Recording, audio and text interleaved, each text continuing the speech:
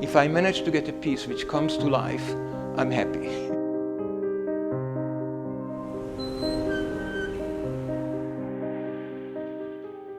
My name is Gabor Follinus, and I arrived to New York City on November 7th, 1974, from Budapest, Hungary. And I received political asylum, and I knew that I will be not able to get a job immediately in my profession, which would have been having a PhD in Russian literature, teaching Russian literature. So I said that there will be some time which I will have to make a living, and I checked the classified ads in the New York Times, and I eventually got a waiting job. And my original intention was that I can sacrifice 2 years of my life in other jobs, and funnily enough, in 2 years I did get a job at the University of Virginia as a professor of Russian literature. However, since I'm a strange fellow, a few years later, I think about 4 or 5 years later, I resigned my job at the University of Virginia. And flippantly at the time I used to say that because they asked me why, and because my mother didn't give me birth to spend the rest of my life in Charlottesville, Virginia. And went back to New York City, which I came to be. I wanted to come here to live in New York City. And again, I did all kinds of jobs, partially waiting on tables, partially translating books from Hungarian into English, and partially being an adjunct professor at several colleges, from a New School for Social Research, NYU, Bucknell University, etc., etc., etc. So I lived my life as kind of in a wide range or wide scope. I used to say, jack of all trades, master of none. And then came March 24th, 1989, when I went to receive the results of a test which I took, which established that I am HIV positive. And that somehow changed somewhat the configuration of things and my thinking. I said it for a long time, that I'm like the cousin of Peter Pan. Not exactly Peter Pan, but this kind of things as mortality and whatever just don't really come into play. That day on March 24th, which is my name day in Hungary, it changed. So I guess I said to myself that it is kind of time, whatever time you have, 1.5 years, 2 years, whatever, to take life seriously, or whatever potential you have, if you have any, to do it. So I started to write a novel, a family novel, so to speak, and I wrote the first chapter, the last chapter, and a couple of in between.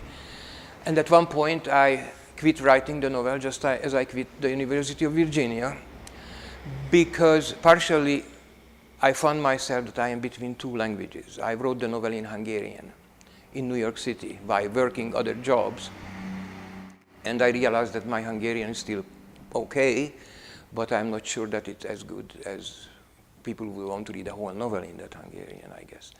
And there were some other considerations why, anyway I gave it up. And by that time, of course, I knew a lot of people who were affected by the AIDS virus, and I had this funny little strange accident. My father's second wife was visiting in New York, and we went to Greenwich Village, and it was the last day before her going back to Hungary. Sorry for the details. And there was kind of a gift shop which had, I noticed, little black dolls, so to speak, not really dolls in the makeup sense, just a figure, black figure, 4 or 5 inches. And they turned out to be from India, and they make them in some remote village. They make it as protection dolls, and I kind of like that also, protection dolls, which people give as a gift to their relatives who build a new house. They put it over the doorway. I bought one for her as a gift, and I bought one for myself. Eventually, I bought many, many more of those, because out of, let me put it that way, out of nowhere, using that dolls as the starting point, I started to make three-dimensional objects, or if you want to call them sculptures. And it was kind of strange because I was supposed to be a man of words. And I really don't probably have the greatest dexterity of my hands. But I made them, and I kept making them. And at one point, two friends actually saw that they should be shown in public, and contacted the Cathedral of St. John the Divine in New York City, which is not, it's a church, but it's also kind of a public gathering space, an agora, if you will, and as the Greek used to call it. And so we took a couple of samples, a couple of pieces of mine there, that they would see it. And the person who was was the head of the art projects, called in another gentleman, and she said that they talked, and she said that, you know, we already have a World AIDS Day exhibition scheduled. It was the AIDS quilt in one of the side altars. But we just have to really exhibit this too, which was kind of very flattering. And, you know, I mean, on the first time out, you know, that was not bad. So later on, my luck was not that good. Actually, so on World AIDS Day 1996, that's when it was exhibited there.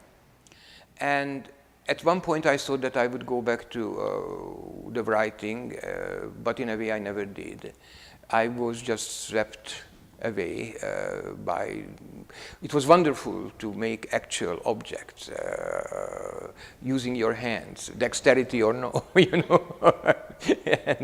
and so I did, and then I don't want to go in all details, but a friend who is like the daughter I never had said that in the Village Voice there was an advertisement. There was a Ukrainian museum in Rockefeller Center. And I happen to live on 50th Street, which is the same street, actually, that angel artists wanted. That some of my pieces from this first works of mine involved angels. I guess Tony Kushner's play, Angels in America, also had some role in that. So I said, okay, I will make a couple of pieces and come at 1 o'clock, whatever, and we go over there and we show it to them. And there was a lot of people, mostly young, much younger than I. And wanted to, you know, I even was thinking, it's before Christmas, I even make some money, even though I didn't make much money from the arts at all, not then and not later. But in any case, so there was the two ladies who were in charge of this museum, and they said that no, you know, that no, we don't want to buy this or sell this for you. We would like to make for you an exhibition. I said, wow, 2 for nothing, you know. In any case, they eventually had to close down the place, so the exhibition never took place. But before that happened, I started to make some pieces which would cover their angels subject. And the first one was, which I call Grey Angel and Grey Angel in Flight. It goes back as far as art tradition to Andrei Rublev and the Russian icons and all that. And so that was the reason it was an important piece, because that was the first one when I didn't rely on the little black people, you know, this, because technically, you know, in a way, I of course started out as a member of the group of called Fond Artists, Art Trouvé says the French. And also, you know, I mean, I was not a young man, and on that count, I always have to mention, even if it's too lengthy, that very early on I started to defend myself, that I started at age 50 or so, but I am not Grandma Moses, you know, that I kind of rejected that idea. So in any case, that was that, and eventually with the help of 2 friends, one of them was Madhu, I rented a studio in Williamsburg, Brooklyn. It was before New York and Brooklyn became so crazy, and the rents as it was, my rent was $350 a month. So that's, and then I started to work there, and I started to make sculptures, and I never really carved, you know, stone or wood. I mean, in that sense, as I mentioned, the found art line. I also all my life I actually as the scholar I wrote about Russian avant-garde art, I was, by the way, very much into the early 20th century avant-garde, and also I very much respected minimalism, although, as I would say today, this whole notion didn't come to me back then, but now that I was interested in minimalism, if there is minimalism which can have a soul. So in any case, I said, and you know, right here behind me, there are these wood sculptures. They come from my studio in Williamsburg. And just very quickly, I have to say about it, this particular group here, which is one ensemble, I call them Southsiders from North. My studio was on the south side of Williamsburg, and I picked this, the North. I wanted only to point out the dislocation, and that they are dedicated to the immigrants of the 20th century. This wood, most of it, almost all of it, come from buildings in Brooklyn when they got gutted, renovated, etc., etc. I carried them on my back. So I did a whole group of that. There are some other pieces around here. So that was one thing where I moved into also changing the size. The original group was very small.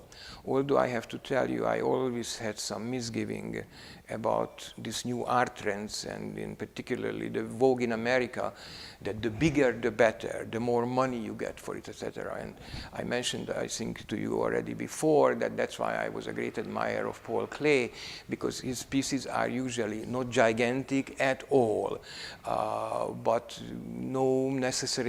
but just because another piece is bigger is not going to get better.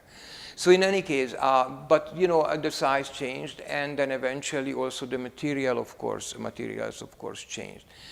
Once somebody asked me whether I consider myself abstract or figurative, non-figurative artist, and I said that in a certain sense I consider myself the happiest or the most at home in between. I don't really set out to make necessarily figurative. You know, I mean, these pieces, if you look at them, yes, they kind of want to represent human figures or whatever, even there is a pregnant woman in my eyes, in my head, and there is some, you know, there's a child, you know, in front of the parents, etc. But on the other hand, you can make a case that this is really non-figurative at the same time. In any case, so that was going on. So, and I made a lot of three-dimensional objects, even if it's wall hanging, and eventually I started to paint. But just like the three-dimensional pieces which were not paintings yet, they had all kind of elements in it, figurative and non-figurative. And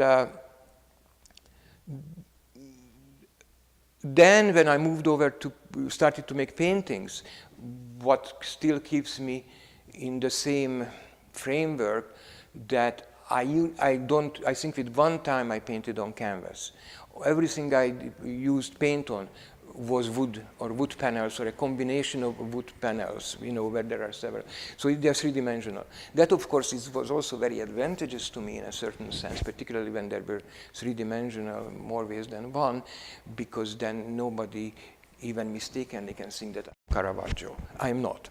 I would like to make this clear from the outset. But there is a kind of a distinctive feature that, and that's basically became, I think, the moving force, or when I realized that what I do is, I'm using existing materials. To what degree is found wood or stone or metal or whatever. And first I have to read them.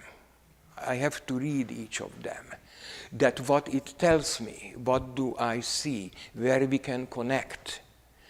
And you know, it's not necessarily always a very quick process. You know, that, oh, I got this piece of wood, it's really lovely, whatever, and then the next day I can do something with it. I have pieces where the material, at least one component or another of it, were in my possession for 9, 10 or 15 years. In that sense, I am not the greatest fan of Duchamp, but without the urinal, I couldn't do certain things. Just like without Donald Judd or Karl Albert, I couldn't do certain things. Here comes, of course, in what I say, that I would like, even if it's minimalist or da-da-da-da-da, I would like it to be, I mean, only as many concrete blocks you can put next to each other on the floor and get excited about it, says Gabor. But in any case, I do respect the avenue or the sidetrack which they came up with. And so there came paintings, etc., etc. And then September 11th happened. And I just very quickly have to tell you that I left early June for Budapest to stay there for 3 months. And I had my studio on the south side, just across from the East River from the World Trade Center. And I went around the neighborhood, no special intention or whatever, but I saw a couple of things which caught my eye. And it's the World Trade Center, and in front of it on the Williamsburg side, some old factory was demolished. So there was the World Trade Center, and there were these leftover ruins of a factory building. And in one case, there is no ruins, but there is like what they have those metal things in front of a shop when they close the shop. But part of it was translucent. You could see what is behind it. So that still shows the World Trade Center in its own, whatever, distant beauty. So in any case, I left early June for Budapest, and I flew back from all days. I mean, it's hard to believe it happened that way. On September 10th in the afternoon, I arrived. And since I subletted my my Manhattan apartment for the summer to finance my art, and I stayed, I was to stay for days or a couple of weeks actually at my studio. And on that evening, I went out, and actually I was at a club, and I crossed 6th Avenue to get to my subway, and in the distance there were the buildings of the World Trade Center. And it was evening, obviously, it was late evening, and they were illuminated. And I have to mention that the architect of that original Twin Tower design took a lot of beating, that how this, that, it's not really anything. That. And I never seen Manhattan without the World Trade Center. When I first was here, they were not completed, not finished, but they were always there for me. And I took a different take on it, as opposed to many architecture critics, in the sense that I considered it, if you consider that it had, I called them the lighthouses. That was one of my monikers or whatever of them. And the other thing was that it was like old 2 church towers, or the masts of a ship, which was, I found particularly fitting because Manhattan is an island, all around. So it kind of floats there, and these were the, on the ship, with the sails, if you will, whatever. So that's that, and the next morning I went home, and when I stepped into my studio, there were a couple of steps to go up, and on the left there were the 2 lighthouses. And then I came out in the morning on my right side, because, there was the smoke. And it really shook me up. It just shook me up, and a friend of mine always calls me a crybaby, and I'm not trying not to do that right now. But there was really no day till December, I don't know which date, but till December that I didn't cry. There was no single day, for a variety of reasons. Any case, to finish this long detour, on September 11th was a Tuesday, glorious, like a blue, sparkling summer day, early fall day. And there was a bus, the bus which I used to take quite a bit. One passenger got off, otherwise the bus was empty. There was, I remember, a very lovely looking young black woman, the driver, and I said that, are you really going there? What the sign says on your bus, South Ferry? And she said, yes, I am the first run. And I hopped on that bus, and went down there and got off in the World Trade Center area, where there were flying papers still from the, the fire and the explosion, and all kind of other signs, and people, volunteers going, and the firemen and all that. I had no real design on this. I had my camera with me, a very simple little camera, nothing fancy. But what was not intentional, I had black and white film in it.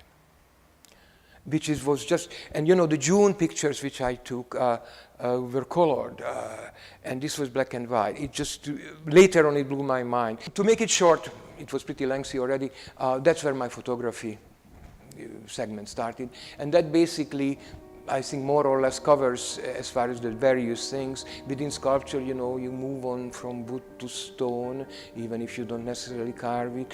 Sometimes you paint them, you move on to metal pieces, etc., etc. But that really is, I guess, in short, the beginning.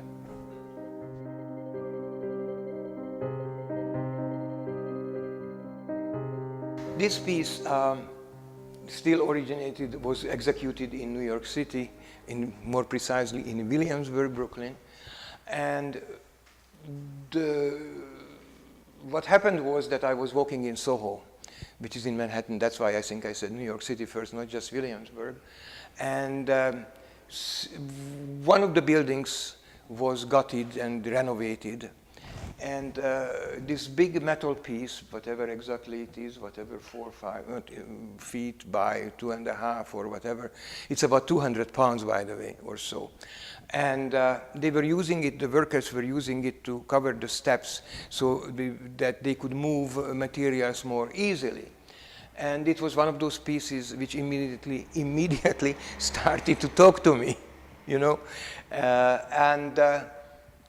So after some hesitation, I went in and I kind of, with a little shyness, I asked that, is there any chance that I could get this piece from them? I would be happy to buy it from them.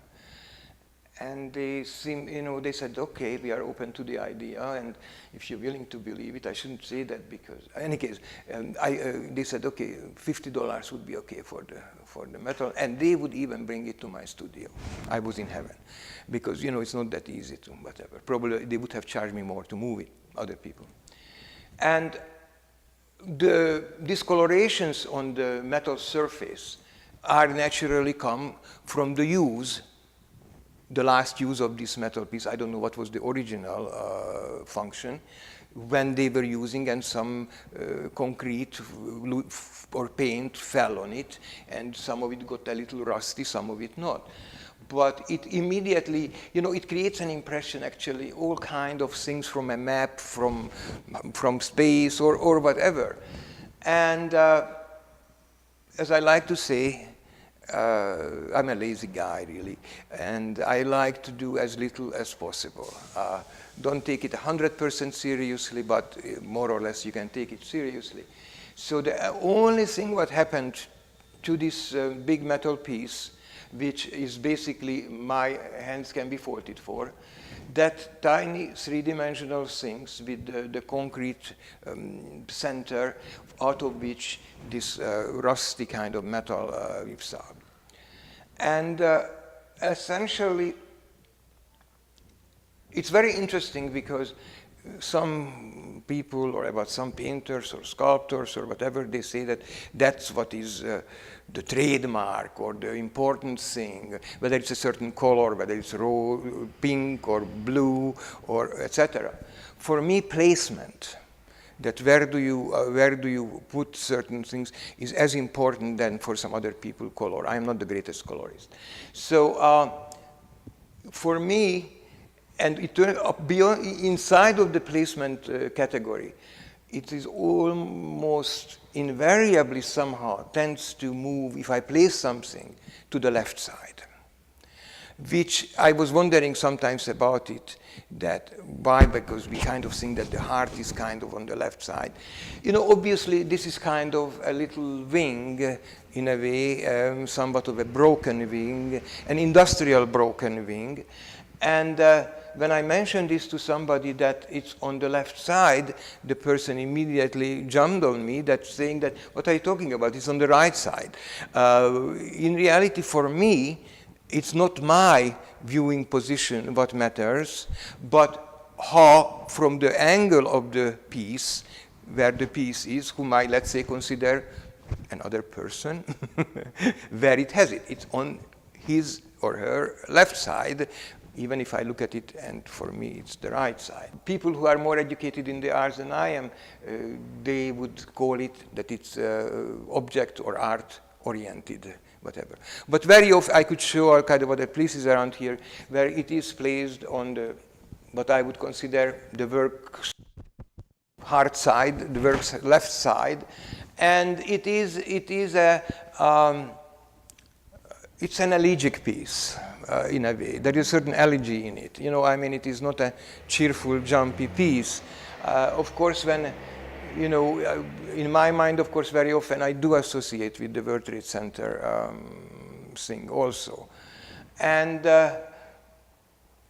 what is also interesting, and it can be, of course, varied how you place lights, but there is one third element in this piece. There is the big metal sheet on which there is that little piece there, and there is a third thing, the shadow. And in this case, of course, I didn't have to do any special effort for the shadow, but it's there, and to my eye, it's an essential ingredient of the piece. And for me, it would be always very important that the light essentially, you know, would show it exactly, that how it is in the background. It's a slightly even larger, of course, because of optical laws, etc., etc. So that's that, and it's a morning piece. I mean, I said the elegy earlier, but it is a kind of a morning piece. And whether it is for a building or whether it is children who die of leukemia in a children's hospital or children of Syria who get bombed and killed in Aleppo, it doesn't matter. In that sense, it is the reason I don't mind talking about this, because to some degree it is one of my little, not so little, but universal pieces. I mean, because it covers a certain mental, emotional, spiritual condition, if you will. That's all I think I can say about that.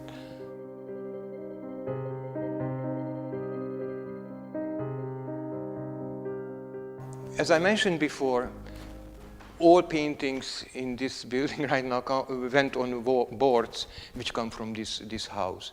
And the reason I mention this because there are altogether 4 of this type of boards which are white and on the same space, because probably another shelf connected there or something, there is that black and white line going.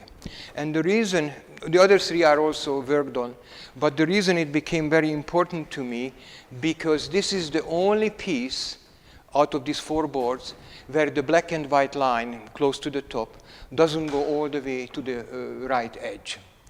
And that kind of hooked me. So I call it curriculum vitae.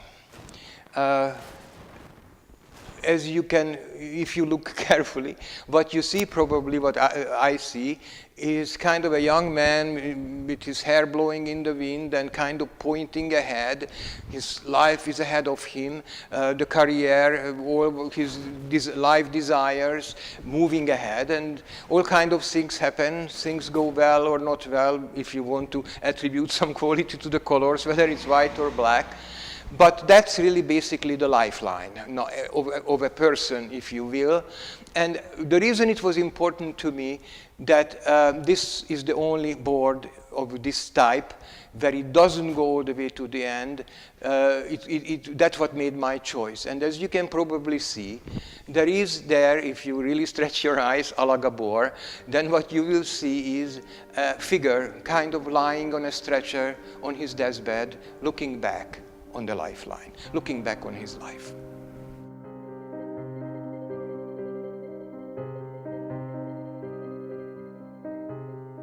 The sculptures on the floor belong to a group which I call War Child.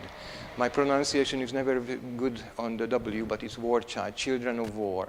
And the individual pieces don't have titles, they have group titles. For instance, these 3 represent, I call it On the Shore.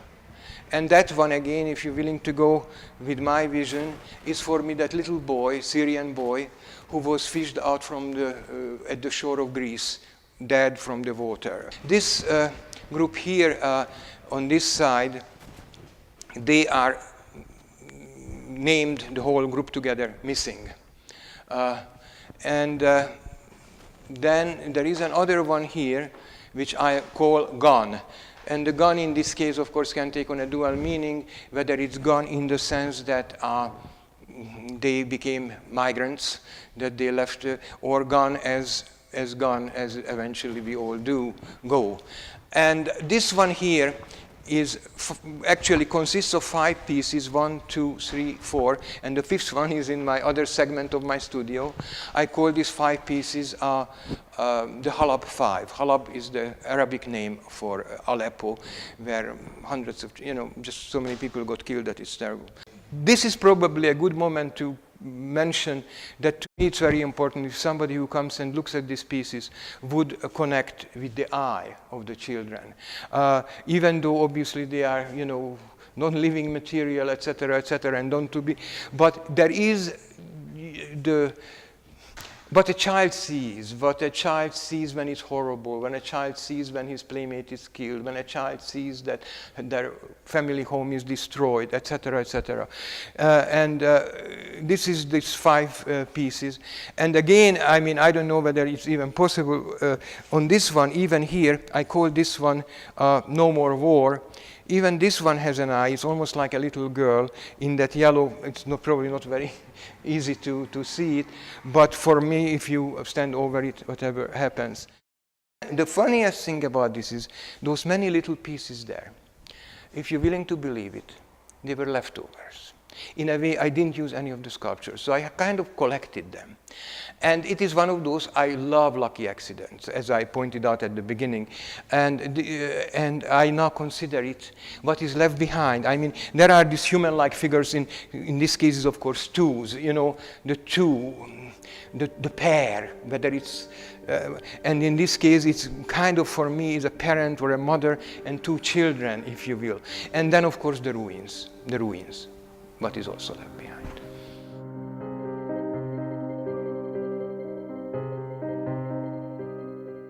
As I mentioned before, all the paintings I did on wood, the material, the wood panel, comes from this house, from this building. This diptych also, used to be some part of a shell or something like that. And again, as I mentioned before, I do start to read the wood, what is in there. And this is one of those paintings of mine, which is a combination of the natural presence of the wood as it appears in its natural form. Some of it is because when it was used, it also has had some coloration, whether it was, whatever paint fell on it. And then the third element is the paint I put with my hands on. That's, of course, this, I don't even can tell you exactly, the white with this 2 different, slightly different shades of this color. And the reason the whole reading material is important, I will just kind of break it down a little bit.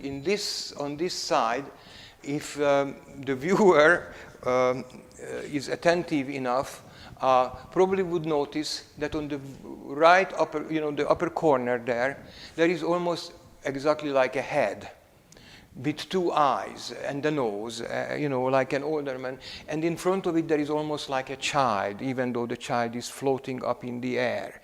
Good lighting helps, if you can see that. This is, if you will, again, this whole issue, whether you are figurative or non-figurative.